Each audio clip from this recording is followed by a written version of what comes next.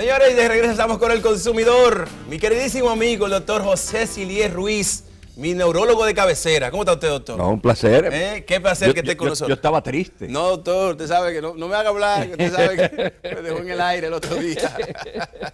¿Cómo está usted, doctor? Muy bien, muy bien. ¿Y la salud? Muy bien, todo, hasta prueba en contrario. Hasta prueba de lo contrario. Doctor, vamos a hablar de un tema muy serio, muy importante y muy preocupante. Un poco hablamos fuera del aire sobre usted como doctor, cómo tiene que dar esta noticia a muchas familias de que ese familiar padece de Alzheimer. Una noticia que es chocante de momento, porque sabe lo que viene. Es un diagnóstico embromón, por no decirlo de otra forma. Complejo. Vamos primero a explicarle a la gente qué es esto del Alzheimer, qué es lo que le pasa al cerebro que provoca esta situación. El Alzheimer es la demencia más común. Es un tipo de demencia. Es una demencia. Sí. Borra la memoria, el paciente no sabe nada, desconoce todo, porque no tiene memoria. ¿Quién es usted? ¿Quién es Pablo Toribio? Pablo Toribio es una entidad que él sabe quién es él, su entorno y su sociedad. Sí. Usted le quita todo eso y usted se desconecta. Entonces, esto es una enfermedad degenerativa cerebral que no sabemos exactamente hoy día qué lo produce. Todavía no se sabe. No se sabe. Hay teorías virales, hay teorías tóxicas, hay teorías vasculares. A mi modo de ver, al final el Alzheimer será una enfermedad vascular, pero todavía eso no se ha probado, no tiene validez. Lo que sí sabemos es que hay genética, la genética participa. La herencia es importante, hay familias que tienen muchos miembros con la demencia, entonces hay varios genes que ya sí se han aislado y se han comprobado. Bueno, de hecho, hubo una experiencia de investigación con la Universidad de Nueva York, donde se estudiaron los grupos boricuas y dominicanos con demencia residentes en Estados Unidos, principalmente en Nueva York, y residentes en el país. Y se comprobó que tanto los boricuas como nosotros tenemos un gen que nos hace proclive a padecer la enfermedad. Wow. Más que otro. La raza negra es más proclive y las mujeres pierden también. Es más común en la mujer. Es más común en la mujer que en el hombre. Entonces, esta enfermedad va produciendo olvidos que escalonados van deteriorando. Un detalle, ese canal donde está Pablo, el hijo de Dani, dice todo, menos Canal 11. Esa afasia nominal, sí, hombre, eso, para beber agua, sí, hombre, que son de cristal, sí, hombre, tú bebes agua en ellos, y no dice vaso. Es un aviso importante. Es un aviso importante. O sea, cuando tú mencionas todo lo que es, o sea, tú describes, pero no sabes decir exactamente, específicamente. Es lo que se llama la afasia nominal, que es uno de los eventos tempranos de la enfermedad. Es cuando inicia, esos son los síntomas iniciales. Ese inicio, que se define en medicina como déficit cognitivo leve, ¿qué hace? Si no lo detectamos en ese momento, el deterioro es en caída.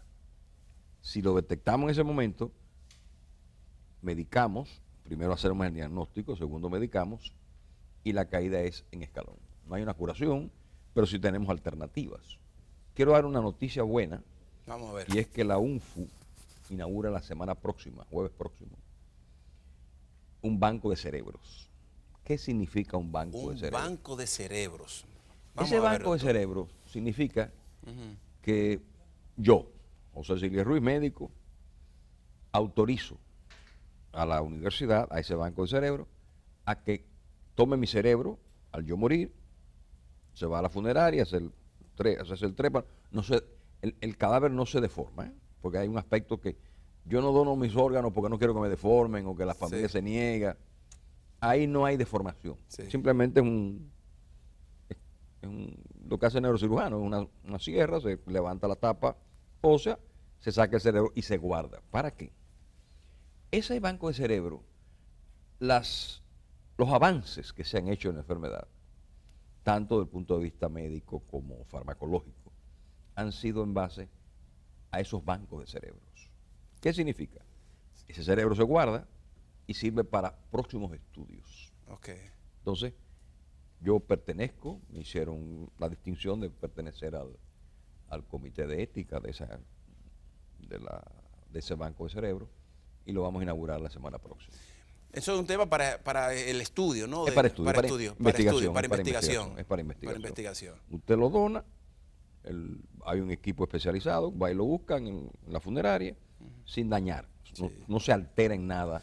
¿Sabe qué bueno que usted menciona eso, aunque nos sale un poco del tema, pero vemos que en otros países eso es muy común ver las donaciones de órganos, Sí. pero no solamente para estudios, sino para que otra persona lo pueda utilizar, el corazón, hasta el mismo corazón. Exactamente, hasta el hígado. Bueno, cuando tú sacas la licencia, por ejemplo en Estados Unidos, yo mi primera licencia la saqué en Estados Unidos, y hay una parte atrás que te decía organ donor, o sea, si eras donantes de órganos, tú seleccionas si tú quieres ser donantes de órganos, y yo lo puse. O sea, eso le daba derecho, de hecho, autorización a que si yo tengo un accidente mortal, mis órganos, porque eso tiene que ser en el mismo momento, puedan ser utilizados para ser donados a otras personas. Yo se lo puse. Es un equipo especializado. Y eso de verdad que ojalá que se pudiera hacer, porque hay muchas vidas que se pueden salvar. Óigame bien. ¿Qué pasa usted con un hígado después que muere? Después de los gusanos. Entonces, creo en eso.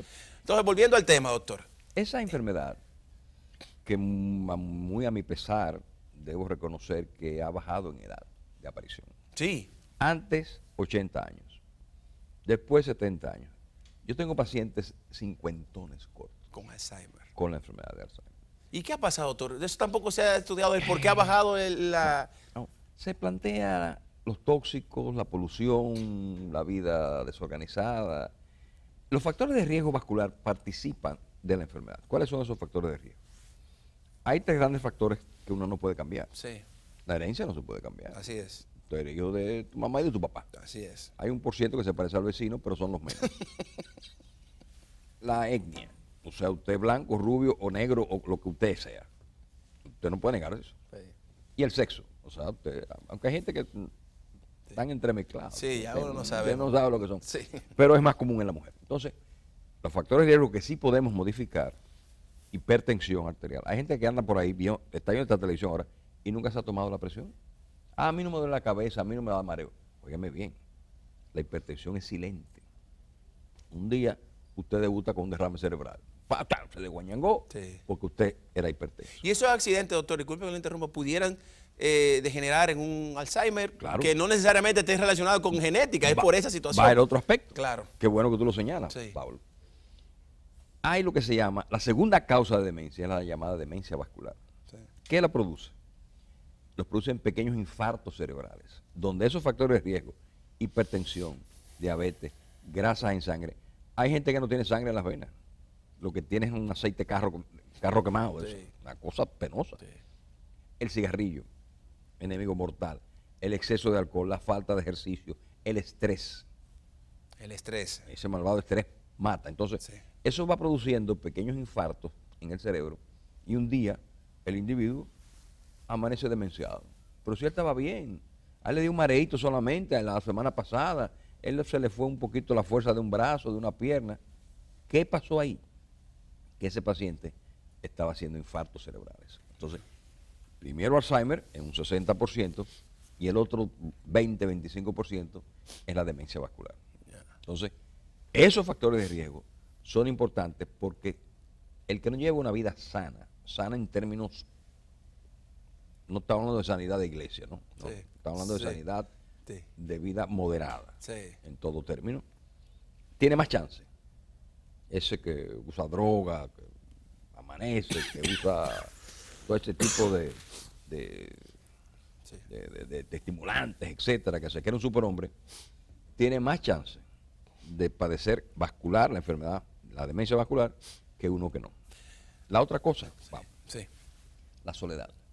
Sí. El que no socializa, tiene 30% más chance de demenciarse que el que socializa. Es decir, óyeme, Pablo, si aquí por mañana cierran por decreto los colmadones, debe haber por lo menos 25 muertos diarios. ¿Por qué? Porque ese individuo que va al colmadón se compra su cerveza, la coge fía su cerveza, resuelve el problema y ya socializó, se va tranquilo a su casa. Pero ese individuo ermitaño, cascarrabia, que no, a mí no me interesa, yo no voy, no le gusta, hace depresión. Entonces, la depresión, el depresivo tiene 20% más de chance de hacer Alzheimer. Porque la depresión daña el cerebro. Es interesante, o sea que el tema de hasta de tu vida social tiene que ver con, o sea, de tus actividades. Y está demostrado. O sea, el que no usa el cerebro, hay gente que penosamente, en vez de tener meninges, o sea, que son las membranas que cubren el cerebro, lo que tiene es papel celofán. O sea, no han hecho un pensamiento lógico en su vida nunca. Ellos comen y van al baño, comen y van. Oye, eso no es vivir. Claro. O sea, socialice, participe, lea, estudie, haga vida social. Claro. Que eso está demostrado, disminuye el riesgo de Alzheimer. Doctor, y quiero abrir los teléfonos porque yo sé que hay mucha gente que seguro quiere llamarnos y hacer preguntas, porque esto es una enfermedad que no solamente afecta al paciente, que muchas veces es el que menos está afectado, porque ya está desconectado, pero los relacionados a esto, los que lo cuidan, si es los hijos, si es un caso de los padres, o sea, es un tema preocupante. ¿Cómo deben llevar esta situación? ¿Cómo ayudan? Porque la pregunta es que yo he escuchado siempre decir es ¿cómo yo puedo ayudar a esta persona cuando está en otro mundo muchas veces? Hay algo que tú has mencionado con mucha inteligencia. Sí. El cuidador. Hay lo que se llama el síndrome del cuidador. ¿Qué significa eso? En cada familia hay 3 personajes. La hija buena, que se echa a cargo el problema. El hijo medio, que da 10 pesos y no va. Y el tercero, no da nada y va a opinar. Sí. ¿Y por qué no hicieron? ¿Y por qué no? ¿Y por qué? Sí. Entonces, esos 3 individuos, del primero, la hija buena, el cuidador, hay que ayudarla. Porque hay lo que se llama el síndrome del cuidador. ¿Qué significa el síndrome del cuidador? El síndrome del cuidador es aquel efecto de que usted está viendo su ser querido deteriorarse, que hay que cuidarlo, que hay que... Es un niño, es un niño pequeño, pero de tamaño pesado, grande. Claro. Entonces, se sufre. Entonces, el cerebro humano no está diseñado para el sufrimiento. El cerebro humano está diseñado para el placer. Entonces, cuando usted tiene ese ser querido, su madre que se evacua, que tiene conductas erráticas, conductas bizarras, que viene, que va, que usted sufre. Entonces, a ese ser que está cuidado, ese cuidador, hay que darle vacaciones. Que venga el tercer hijo, el haragán, el que no da nada, el que opina, un fin de semana largo, a cuidar a ese padre o a esa madre o a ese hermano o a ese tío, el familiar. Entonces, es importantísimo esto porque ese síndrome del cuidador produce un desgaste emocional y cae en depresión el paciente. Tenemos una llamada, doctor, permítanos. Buenos días. Sí, buenos días, Pablo, ¿cómo está? Bien, ¿y usted? ¿De dónde nos habla? No sé quién es. No. Es Clara. Oh, doña Clara, pues usted me cambió la voz. ¿Qué pasó? Va a seguir, Pablo. Oye, tú sabes que mi mamá tiene Alzheimer, Pablo. Que mi mamá tiene Alzheimer. Y mira, yo estoy desesperada, doctor Silier. Saludos, doctor. Un placer, Clarita. Pues, gracias por Clarita. Oiga, doctor, mire, mi mamá, yo estoy, mira, desesperada. Y mi hermana que vino de allá afuera, se ha hecho cargo de ella y no quiere que uno la cuide, ella la cuida sola. Entonces yo le digo a ella que tiene que descansar también porque, mira, no es fácil la tarea, doctor. No. Es una labor titánica que desgasta. Ajá, dele sus vacaciones a su hermana, combínense. Exactamente, sí. Para el bien de todos. Clara, gracias. Muchas gracias a usted, doña Clara, y me cambió la voz, doña Clara, yo no sabía que era ella. ¿No? Pasen buen día. Igual. Doctor, y esa parte, porque está la parte de cuidado de ese que cuida, hay que cuidar al que cuida. Y la familia tiene que unir, ahí hay una unidad familiar. Sí, ahí tiene que haber colaboración. Pero esa persona que cuida, ¿qué recomendación usted le da para tratar a este paciente? O sea, ¿qué debe hacer? Lo primero, paciencia. Yo lo diría, yo pensé paciencia. Paciencia es lo primero. Lo segundo, no tratar de que ese paciente entre en razón. Si ella dijo que este es el canal... Repita eso, doctor Pérez. No tratar... de que el paciente entre en razón. Entre en razón. No. Porque no... Eso no se logra. Él se llama Pablo Pérez. Sí. Pues te llamas Pablo Pérez. Ya. Pablo Pérez, ¿cómo tú estás? Ya, olvídate. No te pongas así, no, que es de Toribio y de Daniel y de Doña Ternacía. No. Él es Pablo Pérez. Entonces, Pablo Pérez. No trates porque no tiene el recurso del pensamiento, de la memoria organizada, de la cognición. Está demenciado. Sí. Entonces, no trate usted de que se siente correctamente, de que no haga cosas incorrectas, de que no... Un caso de un señor respetable que yo tengo de paciente, un hombre, ¿tú sabes cómo descubrieron Alzheimer? ¿Cómo? Agarrándole las nalgas nietas. Un hombre serio y respetable, un hombre serio. Sí. Y lo vio la hija en eso. Sí. Dice la hija llorando, doctor, mi papá me hizo esto. Tráemelo que eso es una sola cosa. Sí. A esa edad, 70 y tantos años, esas conductas bizarras que cambian. Oye, era un hombre, tuve el caso a la madre de mi cuñado, una señora que iba al salón de belleza 3 veces a la semana. Sí. Hizo hidrofobia. Para bañarla había que amarrarla. Wow. Ella veía el agua y le volaba arriba el que te viera el agua en la mano. Entonces, oye, ¿cómo tú puedes manejar eso? O sea, sí, es una situación muy compleja, muy compleja. Otra llamada, buenos días. Hola, buenas. Se cayó. Doctor, ¿y esos casos entonces? Porque ahí hablamos de agresividad, de situaciones que tal vez no sean las más correctas. Sí. Una persona agarrando a una niña, o sea, y tal vez, vuelvo y repito, el doctor dijo algo y fue que hay que entender, esta persona es una persona que tiene demencia.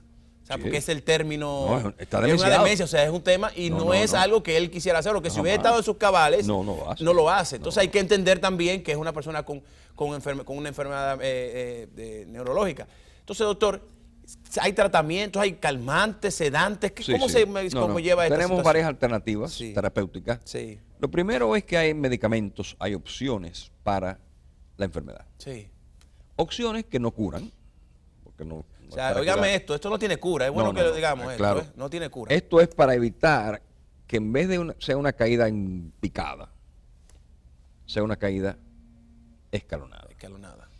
En vez de 6 meses, 1 año, 3, 4 años, dentro de una conducta razonable. Ok. O sea, porque tampoco podemos ofrecer, no, mira, vamos a dar esta medicina.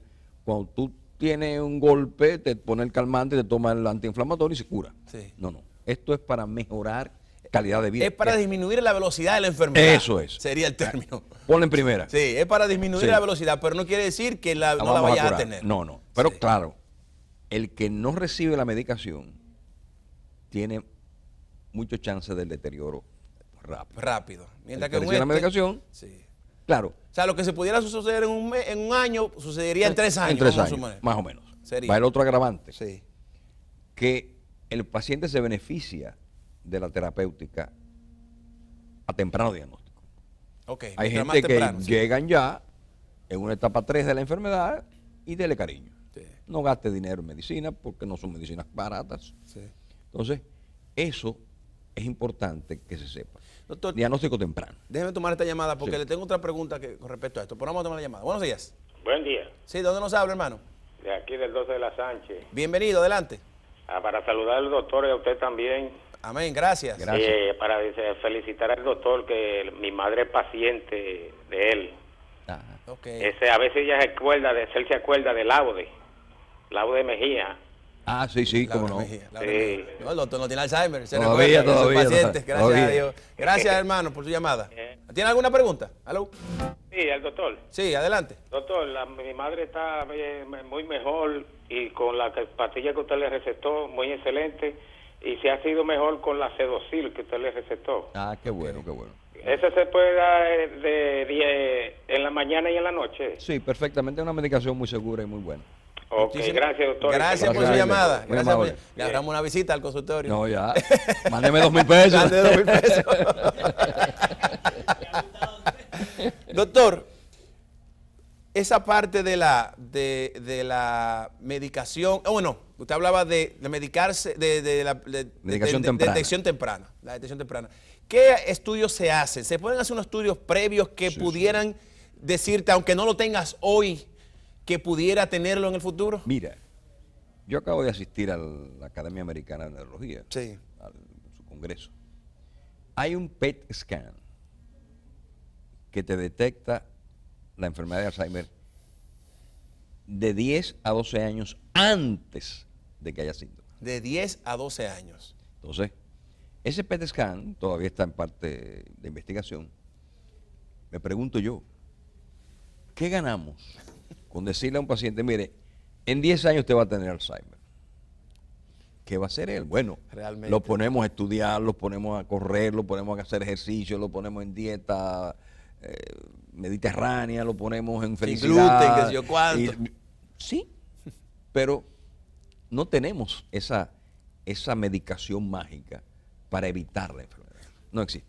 O sea, el problema está de esa detección, de eso que te dice 10 años antes. El problema está que, ok, te van a decir que tú en 10 años lo vas a tener, o en 5, o en el futuro lo vas a tener, pero no hay nada que te vaya a... No. Entonces, Cambio de vida, estudie mucho, estudie idioma. Sí, pero son unos años en bromones, eso, uno esperando la enfermedad. Muy triste, muy triste. Muy No, triste. y cada vez que te olvidas algo, nos pasa a todos, ¿no? Por el estrés de la vida. Sí. No, Ay, ya empezó. ya llegó el alemán. Llegó el alemán. Pero debe caer, y mucha gente en depresión también, no, innegablemente, que ese es otro aspecto. con respecto a eso. La depresión empeora o induce a la enfermedad.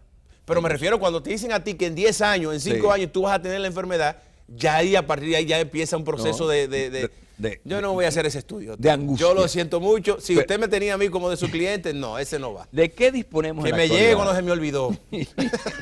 que te lleven. Que me lleve. ¿De qué ¿Cómo hacemos el diagnóstico actual? ¿no? Sí. El diagnóstico actual, lógicamente, es una historia. Historia que debe ser tomada del paciente y del familiar que convive con el paciente. Segundo, hacemos lo que llama una serie de test. El más práctico es el Mini Mental Test, o test de Folstein. Hay el test del reloj, el test de memoria, hay varias alternativas. Hecho eso, y el paciente falló en eso, pasamos entonces a hacer la resonancia magnética espectroscópica. Esa resonancia magnética espectroscópica nos va a confirmar lo que ya sabíamos. Entonces se hacen esa es la evaluación para usted decirle al paciente, mire, usted tiene la enfermedad de Alzheimer. Doctor, pero yo estoy sano, yo estoy bien. Sí, usted está sano y está bien en un momento. Pero fíjese usted que usted falló, usted no sabía qué día de la semana era hoy, usted no sabe dónde es que está Pablo en su programa, usted no... hacemos una serie Sí. es un cuestionario y unos dibujos. Se ponen a dibujar unos relojes, se ponen a dibujar unos cubos, unos pentágonos, y el paciente falla. Falla. Entonces, ese es el asunto. Otra llamada, buenos días. Sí, buenos días. Hola, ¿de dónde nos habla? Ajá, es de aquí, de Atomayor. Bienvenida, adelante. Sí, gracias. Esa es una señora, una pregunta al doctor. Una señora que tiene 67 años y ya estoy comenzando a olvidar las cosas de ahora para ahorita. Se me olvida todo. Entonces yo me siento incómoda. Yo quiero saber si se puede prevenir, si se puede mejorar o qué haría yo en ese sentido. Sí. Y el único síntoma, para aprovechar esa llamada, el único síntoma que va a tener una persona con Alzheimer es que se le olvide la cosa. Porque hay cosas que hay gente que por la edad se le olvida, aunque no necesariamente sea Alzheimer, ¿verdad que sí, doctor? No, ese caso de ella hay que valorarlo. Sí. ¿Por qué? Primero por edad y segundo por esos olvidos frecuentes. Ok.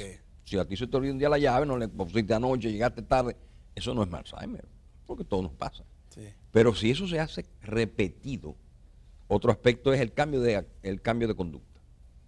Pero este muchacho era muy afable, este señor estaba hondo, iracundo, era muy sonriente, dejó de sonreír. Sí.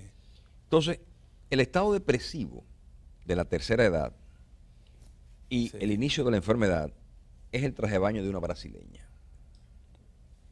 Finito. Un hilo. ¿Dónde está la depresión pura? ¿O dónde está el inicio del Alzheimer? Entonces, ahí hay que sentarse. Hay que valorarlo. Hay Tenemos que hacer valorarlo. una pausa, doctor. Cuando regresemos seguimos hablando sobre este tema tan interesante. Muchísimas gracias a todos por la atención. Regresamos ahora.